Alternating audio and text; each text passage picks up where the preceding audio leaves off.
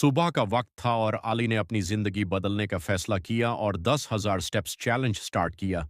Doctor की warning और अपनी हेल्थ को बेहतर बनाने की सोच के साथ वो घर से निकल पड़ा। शुरू में उसके कदम आसान थे और 500 स्टेप्स उसने आराम से कंप्लीट किए, जबकि ठंडी हवा और खुली फिजा उसे अच्छा महसूस करवा रही थी।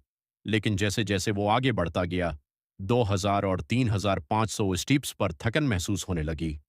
मगर उसने हिम्मत नहीं हारी और पार्क में लोगों को देखकर मोटिवेट होता रहा। 5,000 स्टेप्स पार उसने पानी पीकर थोड़ी देर आराम किया, लेकिन फिर दोबारा चलना शुरू किया क्योंकि उसे अपने गोल याद था। 7,000 स्टेप्स पर थाका और पैं के बावजूद उसने मोटिवेशनल म्यूजिक सुना और अपने कदम तेज रखे। 9,000 स्टेप्स पर सूरज निकाल चुका था और शहर जिंदगी से भर गया था। मगर अली अब अपने फाइनल टारगेट के करीब था और आखिरकार 10,000 स्टेप्स कंप्लीट कर लिए, जहां उसे एक अजीब सी खुशी और सेटिस्फैक्शन महसूस